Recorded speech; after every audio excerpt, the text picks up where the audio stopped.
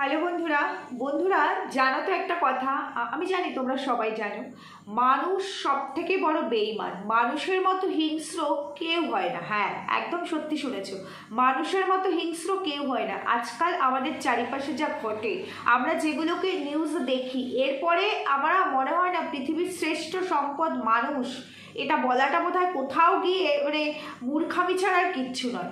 আজকে তোমরা আমার টাইটেল থাম্বনেল দেখেই এসেছো, বুঝতেই পেরেছো আমি কাকে নিয়ে কথা বলবো। অবশ্যই কন্ট্রোভার্সি ওয়ার্ল্ডের কুইন, আমি শুকে নিয়ে কথা বলবো। তো শু একটা ওর চ্যানেলে, কন্ট্রোভার্সি চ্যানেলে একটা ভিডিও দিল, 13 মিনিট সামথিং কিছু সেকেন্ডের একটা ভিডিও, এবং সেখানে ও আবারও সেই ওর ভিউয়ার্সদের উদ্দেশ্যে হাত জোর করে, তারা যদি সামনে থাকতো তাদের পা ধরে, নতমস্তক হয়ে পাটা ধরে ও কিন্তু তাদেরকে বলতো যে যাতে আমাদের করা ভিডিও বা অন্য কেউ যদি ভিউয়ার্সদেরকে প্রভোগ করতে চায়, মানে মোল্ড করার চেষ্টা করে, ওর ফরে আছে, ওর নামে ভালো ভালো কথা বলে, তবে যেন ভিউয়ার্সরা ভাবে সবই ভিউজের খেলা। এখানে প্রত্যেকে নিজের চ্যানেলের জন্যই আসে, প্রত্যেকে নিজের চ্যানেলের জন্য, চ্যানেলকে দাঁড় করানোর জন্য, চ্যানেলের গ্রোথ করার জন্য, নিজের ভিউজের জন্য, আর্নিং করার জন্য আসে। তো আমি সুখে শুধু বলতে চাই, প্রত্যেক মানে তুমি বাদ দিয়ে, মানে আমরা সবাই এখানে ভিউজের জন্য, চ্যানেলের জন্য, ইনকামের জন্য, সব কিছুর জন্য আসি। শুধু একমাত্র শু হচ্ছে তার থেকে আলাদা, একমাত্র শু অন্যরকম একটা এক্সাম্পল সেট করার জন্য এসেছে। ও সততা দিয়ে কাজ করতে এসেছে, ও তো চ্যানেল দাঁড় করাতে আসেনি, ও তো ভিউজের জন্য আসেনি, এসেছে ও তো ইনকাম করার জন্য আসেনি, কারণ ও তো চ্যানেলের মনিটাইজেশনে অন করেনি, করেছে। বন্ধুরা চলো আমার ভিডিওর আজকে মেন বিষয়বস্তু নিয়ে আমি আলোচনা করবো। তার আগে একটু ইন্ট্রো দিই। Hello my lovely viewers, welcome back to my channel Dimpy lifestyle. বন্ধুরা আমার সাথে থেকো, পাশে থেকো, চ্যানেলটিকে সাবস্ক্রাইব করে লাইক কমেন্ট শেয়ার করো। ভিডিওটা আমি রাত্রিবেলা করছি যাতে সকালবেলা তোমাদের কাছে ভিডিওটা পৌঁছাতে পারে সঠিক টাইমে, কারণ আমার ভিডিও দেওয়ার একদম টাইম টেবিলে ঠিক নেই। আমি একদম সারাদিন সংসারে ব্যস্ত হয়ে গেলে আর ভিডিও করার মতো সময় পাই না, যার কারণে। যাই হোক, তো শুয়ে ভিডিও দেখলাম। বন্ধুরা একটা জিনিস জানো তো, মৃত মানুষ যদি হঠাৎ করে জীবিত হয়ে ওঠে তখন কি করা উচিত? আমি তো বাবা সাংঘাতিক ভয় পেয়ে গেছিলাম, তাই আমি সেই থেকে নাম কীর্তন করছিলাম, হরে কৃষ্ণ হরে কৃষ্ণ। আর আমরা নাকি সেটাই করি, মানে প্রত্যেকের অতীত আছে, প্রত্যেকে নাকি আমরা অতীত ভুলে যাই। না, অতীত সবার আছে, অতীত ছাড়া বর্তমান তো হয়ই না।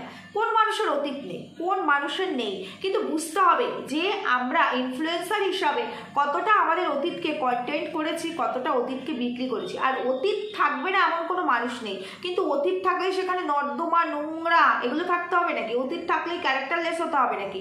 অতীত মানে কি এরকমটা হতে হবে নাকি? অতীতে লাইফে আমি স্ট্রাগল করেছি, আমার আর্থিক সেরকম অবস্থা ছিল না, কষ্ট করেছি, নুন ভাত খেয়েছি, ফুটপাতে থেকেছি, এগুলো অতীত হতেই পারে, কারণ আমরা সবাই মানুষ, আর এগুলো পৃথিবীর বাইরে নয়, হতেই পারে। কিন্তু অতীত আছে মানে এই নয় অতীতে আমি নোংরামি করেছি, আমি আমার স্বামীকে ঠকিয়ে এটা করেছি, এই অতীত সবার থাকতে হবে, কোথাও লেখা নেই।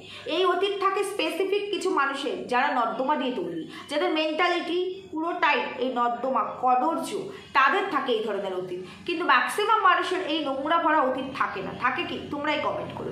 যাই হোক, শু আজকের বিষয়বস্তু হলো, শু যেটা বললো যে কেউ হয়তো ওকে নিয়ে ভালো কথা বলতে পারে, ভালো ভালো ভিডিওস করতে পারে, কিন্তু সেটা যেন ভিউয়ার্সরা বুঝে না, মানে ওর ভিউয়ার্সরা যারা ওর অন্ধভক্ত, তাদের উদ্দেশ্যই তো ও ভিডিওগুলো, মানে ওর এই ভিডিওটা। তো সেখানেও বললো যে তারা যেন কোনোভাবে মোল্ড না হয়, তারা যেন বুঝে নেয় যে সবই এখানে ভিউজদের খেলা, সবই প্রত্যেকে নিজের স্বার্থের জন্য, নিজের চ্যানেলের জন্য আসে। তাহলে আমি ঘুরিয়ে শুকে তো বলতেই পারি, আজকে যে শুয়ের যে ভিডিওটা হলো কন্ট্রোভার্সি চ্যানেলে, যেটা ভিউয়ার্সদেরকে উদ্দেশ্য করে করা হলেও, মানে ভিউয়ার্সদেরকে বোঝানোর চেষ্টা করা হলো, সেটাও ভিউজের জন্য, তাই না? সেটাও ইনকামের জন্য, চ্যানেলের জন্য, স্বার্থের জন্য। তাহলে এই ধরনের ভিডিও আসতোই না। আসতো কি? প্রথমত আমি শুকে বলি, শু যেটা বলছে যে আমি হাত জোর করে বলছি, তোমরা যদি আমার কাছে থাকতে তাহলে তোমাদের পা ধরে বলতাম, অন্যের কথায় আমাকে ভুল বুঝো না, আমি কখনো মিথ্যে বলবো না, তোমাদেরকে ঠকাবো না। তো আমি একটা কথা বলতে চাই, এই যে এখানে অন ক্যামেরা হাত জোর করে পা ধরে ভিউয়ার্সের উদ্দেশ্যে ভিডিও করার চাইতে কত বেশি ইম্পর্টেন্ট ছিল, যেটা নিয়ে আজকে শু কন্টেন্ট হয়েছে, সেটার জন্য স্বামী বা শ্বশুর শাশুড়ির হাত জোর করে ধরে বা পা ধরে চার দেওয়ালের মধ্যেই বিষয়টাকে মিটিয়ে নেওয়া। এটা কি শু করেছে? শুয়ের মুখ থেকে তো একবার এই ধরনের কিছু শুনিনি যে ওর তরফ থেকে ও এফার্ট দিয়েছিল, বোঝানোর চেষ্টা করেছিল, কখনো শুনিনি। শুধু শুনেছি যদি কখনো মিস করে তাহলে পরে ও কন্ডিশন দেবে, আর ওর কন্ডিশনটা যদি তারা মেনে নেয় তবেই ওই সংসারে ফিরবে, এটা কিন্তু শুনেছি। এটা কিন্তু শু এখানে অনেকে আমরা বলতে পেরেছে, কিন্তু একবারও বলতে পারিনি যে আমি এফার্ট দিয়েছিলাম, আমি বলেছিলাম যে হ্যাঁ আমার ভুল, যেটা আমি অন ক্যামেরাও স্বীকার করেছি। তারপরেও তাদের বলেছিলাম নেক্সট টাইম আর আমি এরকম ভুল করবো না। বলেছে শু, শুনেছো তোমরা? শুনবে না তো, কারণ ওই যে শু বলে দিল এখানে সবই স্বার্থের খেলা চলে। শু তো পুরোটাই স্বার্থবাদী। স্বার্থ না হলে ও সব কিছু বিক্রি করতে পারে, স্বার্থ না হলে এইভাবে কাউকে নিয়ে কাটাছেড়া করার জন্য এরকম পরিমাণে কেস খেতে পারে, স্বার্থ না হলেও বলতে পারে এই চ্যানেলে আজ থেকে আমি মৃত, আবার হঠাৎ করে জীবিত হয়ে এসেছি। বাবারে বাবা, সাংঘাতিক ভয় পেয়ে গেছিলাম। তোমরা কারা কারা ভয় পেয়েছো একটু কমেন্টস করো। যাই হোক, এবার যেটা বলতে চাই, শু যেটা বললো, মোটা কথা যেটা শু বললো, আর শুর ভিডিওস দেখে যেটা বুঝতে পারলাম সেটা হলো অ্যাকচুয়ালি ওর হচ্ছে এখন টেনশন হচ্ছে ভিউয়ার্সদের নিয়ে। কারণ ওর ইনকাম চাই, ইনকাম করতে গেলে ভিউয়ার্স দরকার, তাই না? ভিউজ ছাড়া তো সোশ্যাল মিডিয়া থেকে ইনকাম হবে না। তো সেই জন্য শু কিন্তু একটা কথা বলে ফেললো যে কেউ আমার নামে ভালো কথা বলুক বা যাই বলুক সেটা তোমরা ধরে নেবে যে আমার এখানে হাত নেই, সেটা তারা নিজের চ্যানেলকে গ্রোথ করার জন্য, এটা সে পুরোপুরি মিঠুদিকে টার্গেট করে বলেছে। কারণ এই মুহূর্তে মিঠুদি মানে ছুঁয়ের অত কাছের আর কেউ নেই মিঠুদি ছাড়। তাই যাই হোক, মিঠুদির ভিডিও এসছে, মিঠুদির ভিডিও দেখে আসলাম। তো তারপরে আবার একটা কথা বললো, পাড়ার লোক আমাকে নিয়ে কি বলছে, কি ভাবছে, কি মানে কাকে গোপন সূত্রে খবর দিচ্ছে, কাকে অডিও দিচ্ছে, কাকে ভিডিও দিচ্ছে, ডাজন্ট ম্যাটার। আমার কাছে এগুলো ম্যাটারেবল নয়, আমি এটা নিয়ে বদার নই। যা ইচ্ছা পাড়ার লোক বলুক, তাতে আমার কিচ্ছু যায় আসে না। বুঝতে পেরেছো তো? বুঝতে পেরেছো তো? পাড়ার লোক, যে সমাজে আমি থাকি, সেই সোসাইটি আমাকে নোংরা কথা বলছে, আমাকে বাজে কথা বলছে, সেটা বলার রাইটস তাদের আছে কিনা সেটা তো আমি দেখবো। কারণ আমি এই সোসাইটির বাইরে নই, আমাকে সোসাইটি বাজে কথা বলে মানে আমি বাজে ধরে নিতে হবে। একজন বললো, দুজন বললো, 50 জন আছে, দুজন কোনো ব্যাপার না, সত্যতা করে মানুষ বলে। 50 জনের মধ্যে যদি 40 জন বলে তাহলে ধরে নিতে হবে আমি বাজে, আমি খারাপ, তার মানে আমি সত্যিই নোংরা। তো সেটাতেও শুয়ের কিছু যায় আসে না। তো এই পাড়ার লোক, যেই পাড়াতে ও 12 বছর সংসার করেছে, যেই পাড়াতেও শ্বশুরবাড়ি, যেই শ্বশুরবাড়ি ছেড়ে আসতে ওর এত কষ্ট হয়েছে, যে বাড়িটা ওর নিজের হাতে তৈরি করেছে, সেই পাড়ার লোক ওকে কিছু বললেও কিচ্ছু যায় আসে না, কিচ্ছু যায় আসে না। তাহলে পরে ও যখন কিছুই যায় আসে না, নাক কান যখন কাটাই, তাহলে ও শ্বশুরবাড়ি থেকে বেরোলো কেন? ওর যখন সোসাইটির কথায় কিছু যায় আসে না, তাহলে সোসাইটির প্রেস্টিজের জন্যই তো, যে আমার শ্বশুরবাড়ির লোকজনের প্রেস্টিজ হ্যাম্পার হবে তাই আমি বেরিয়ে গেলাম, যেটা ও বলেছিল দুদিন আগে ভিডিওতে।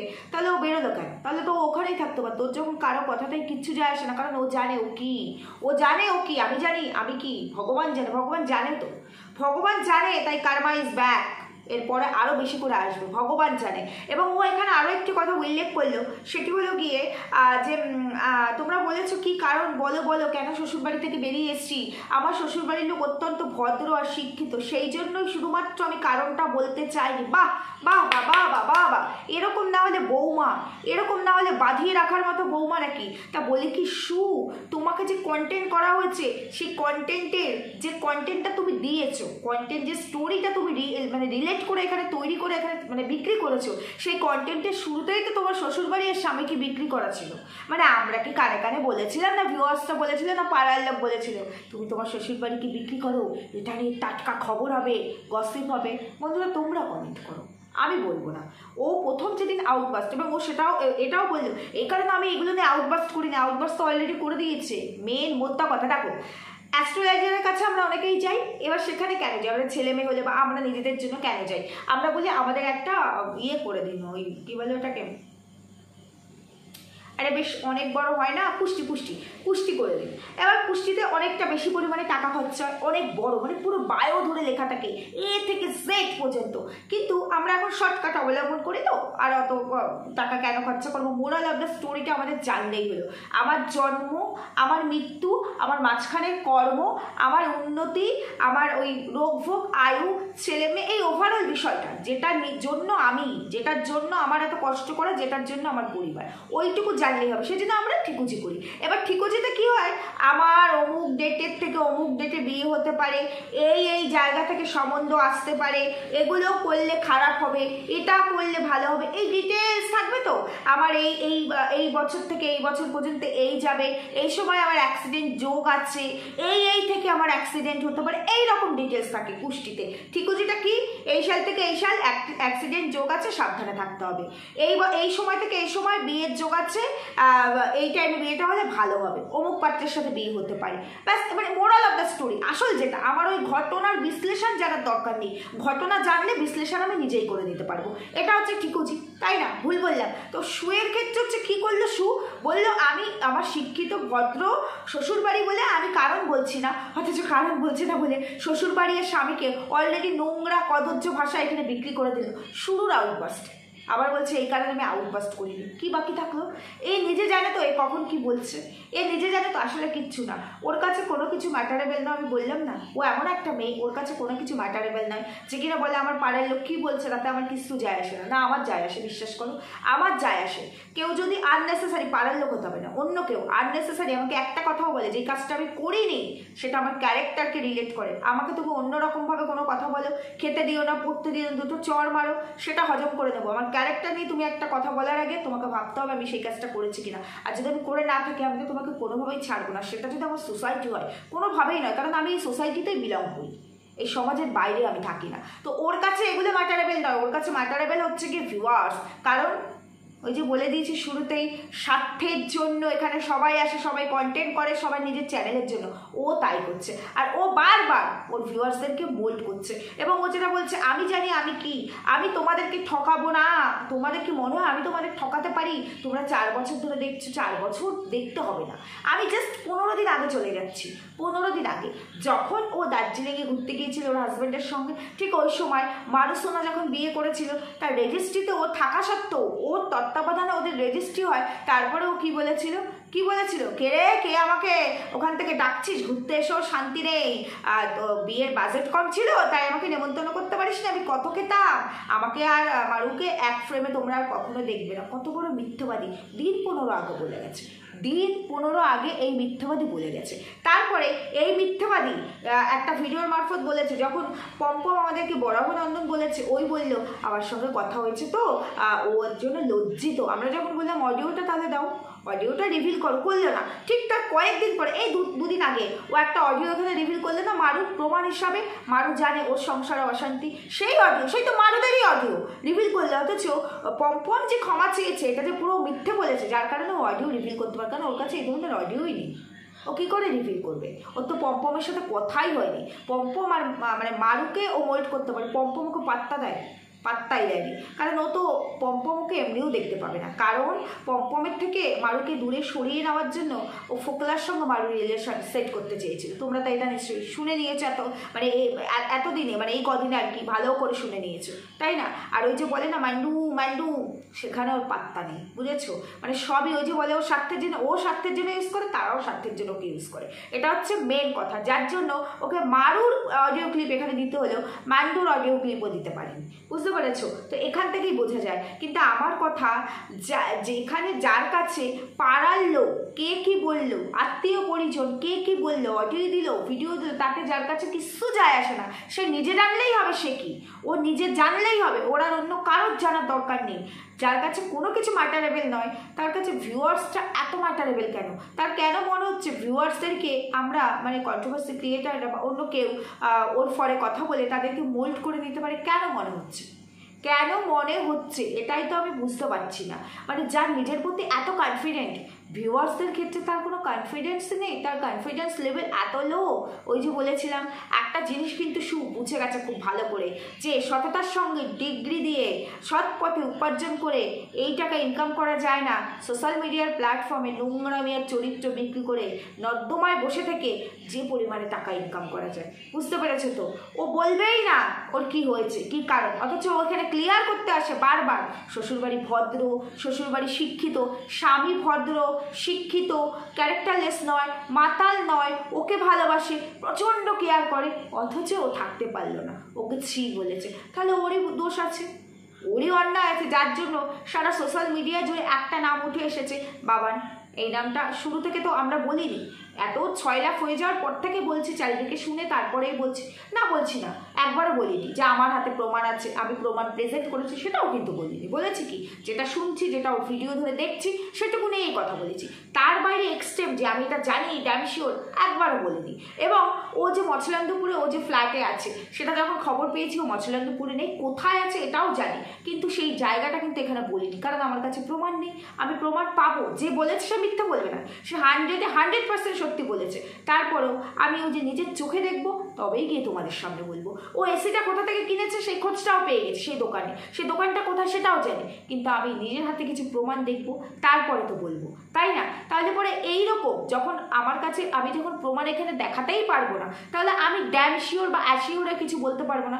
সেখানে আমার ফ্যামিলি নিয়ে কোনো কথা, সেটা আমি কি করে বলবো? তাহলে ও যখন ফ্যামিলি নিয়ে এরকম আউটবাস্ট করলো, দিনের পর দিন এখনও এই নিয়ে ভিডিও হচ্ছে, এবং ও বলছে যে আমি জানি কন্ট্রোভার্সি চ্যানেলে এখানে আমি বেশি দিন কাজ করতে পারবো না, অনেক মানে মানুষ চেষ্টা করছিল আমাকে এখান থেকে সরিয়ে দেওয়ার। কেন?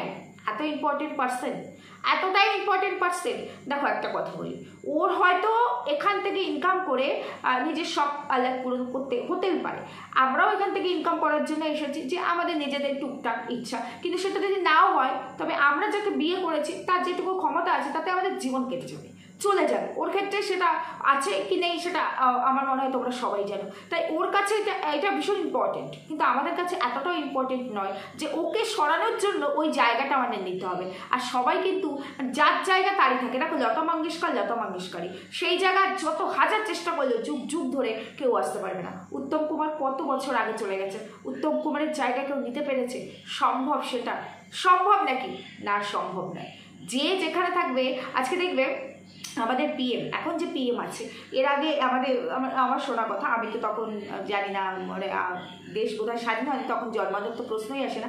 ইন্দিরা গান্ধী যখন ছিলেন, দেখো আজকে যত বড় পিএমই আসুক, তার অবদান, ইন্দিরা গান্ধীর অবদান কিন্তু থেকেই যাবে, তার অবদান কিন্তু অনস্বীকার্য, মানে সেই ইন্দিরা গান্ধী আর কেউ হতে পারবে না। কিন্তু পিএমের আসনে কিন্তু সবাই বসছে, ঠিক তেমনি সিঙ্গারের আসনে সবাই বসছে, ঠিক তেমনি এরকম প্রত্যেকটা জায়গায় আজকে আমার বাবা মা, আমার জন্মদাত্রী যে মা, আমার জন্মদাতা যে বাবা, সেই বাবা মা আমার বাবা মা, আমার শ্বশুর শাশুড়িও আমার শ্বশুর শাশুড়ি, কিন্তু আমার শ্বশুর শাশুড়ি কি আমার জন্মদাতা বা জন্মদাত্রী হতে পারবে?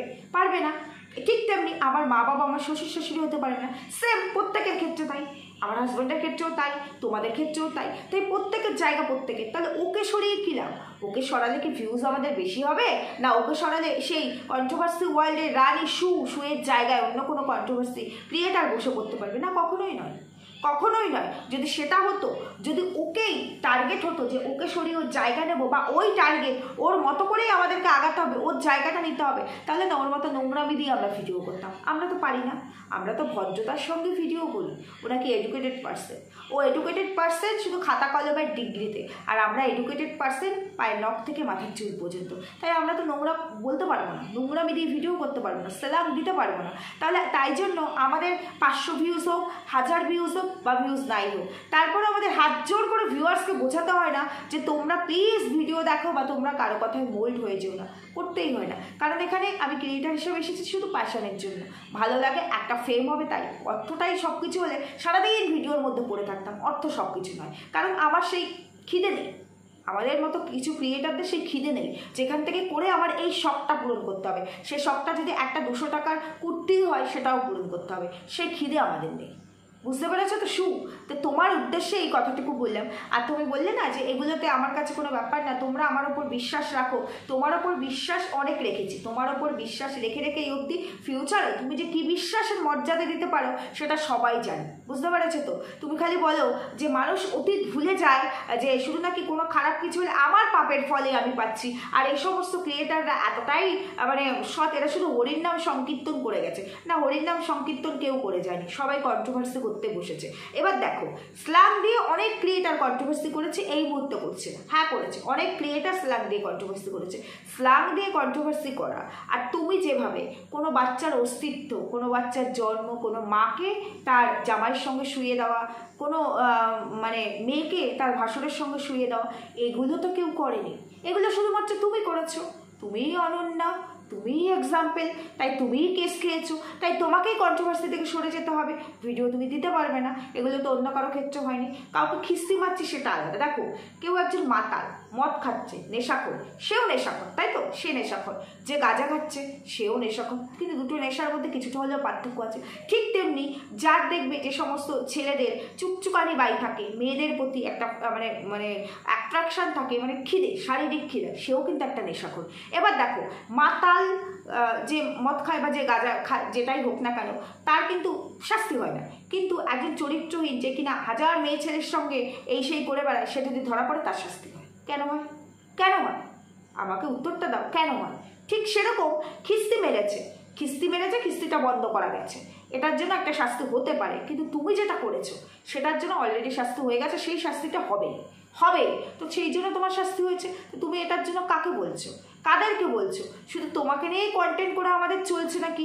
তোমাকে কন্টেন্ট করেই নাকি আমাদের? তুমি বলছো কন্ট্রোভার্সি ক্রিয়েটার, এটা তো করবে, আমি এখন কন্টেন্ট। তো তুমি যে কটা কন্টেন্ট হচ্ছে প্রত্যেক দিনে, কারো ভিডিওতে 2 বা 3টে করে তোমাকে নিয়ে কন্টেন্ট হচ্ছে, আমি তো একটা করেই করছি, খুব বেশি হলে দুটো আমার মনে পড়ে না, করছি একটা করে, যাই হোক এরকম। কিন্তু তুমি যদি উল্টো দিকে, মানে তোমার জায়গায় যদি অন্য কোনো ক্রিয়েটার থেকে থাকতো, মানে তোমার যদি এই ঘটনা না ঘটতো, তোমার জায়গায় অন্য কোনো ক্রিয়েটার থাকতো, তুমি তো দিনে 10টা করে ভিডিও নামাতে, ঘন্টায় ভিডিও নামাতে, আর সেই ভিডিওর যা পরিভাষা হতো, সেই ভিডিওর যা কথা, সেই ভিডিওতে যা নোংরামি থাকতো, তুমি আবার আমাদের বিচার করো। কথা আছে না, একটা চালন বলে সূচকে। তো তুমি অলরেডি শত ছিদ্র নিয়ে বসে আছো। তুমি ওই মানুষের একটা ছিদ্রকে কি করে তুমি তাকে একটা ছিদ্র দিয়ে বিচার করতে বসেছো? তোমার বিচার করার ক্ষমতা আছে? বললে না ভগবান আছে, ভগবান আছে, এই জায়গায় বসে বলে গেলাম ভগবান আছে। তুমি বলছো না শিক্ষিত ভদ্র তোমার শ্বশুরবাড়ি, তাদেরকে তুমিই বিক্রি করেছো। কোনোদিনও কোনো কন্ট্রোভার্সি ক্রিয়েটার আমার মনে পড়ে না তোমার শ্বশুরবাড়ি নিয়ে কথা বলেছে, তোমার স্বামীকে কন্টেন্ট করেছে, ইভেন তুমিও কন্টেন্ট ছিলে কি? তবে এই দিন না, ওই যে মারুসোনা দেখেছো তো ভিউজ কোথায় নেমেছে, তাও তো ব্লগার। তবে তুমি তো এখন তুমি ব্লগিং চ্যানেলটা নোংরামি দিয়ে দাঁড় করেছো। এই নোংরামি দিয়ে দাঁড় করানো নয়, বুঝতে পারবে কয়েকটা দিন যাক, বুঝতে পারবে। এই দিন না, এই যে ফ্ল্যাট নিয়েছো, ভাড়া দেবে, এই শুধুমাত্র ইউটিউবের ভরসাতে এক এক মুখে এক এক রকম কথা বলছো। ইউটিউবের ভরসাতে তুমি ফ্ল্যাট নাও নি, এখন তোমার এখানে কাজ না করলে পেট চলবে না, ভাড়া দিতে পারবে না। দেখা যাক তোমার এই ড্রামা কতদিন চলে, কতদিন চালিয়ে যেতে পারে। চালাও।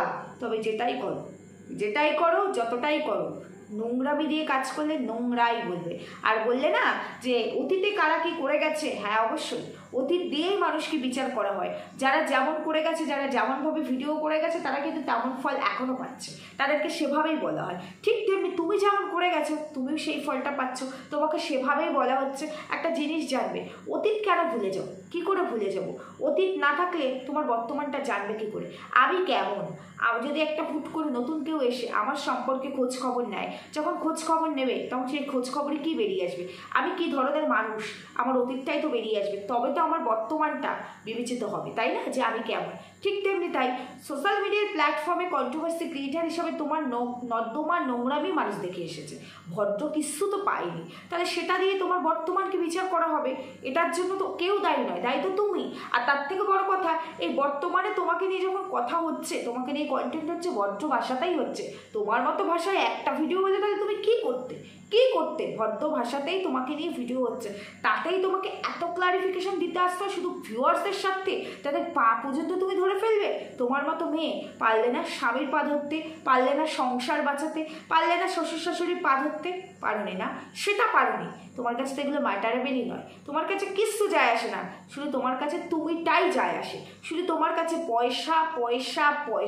দেখো পয়সা কতদিন ধরে রাখতে পারো, অসৎ উপায় মানে উপার্জন করা অর্থ কত দিনের হতে পারে দেখো। তবে তোমার ভিডিও দেখে আমার যতটুকু মনে হলো ততটুকুই বললাম। বন্ধুরা তোমরাও জানিও ঠিক বললাম না ভুল বললাম।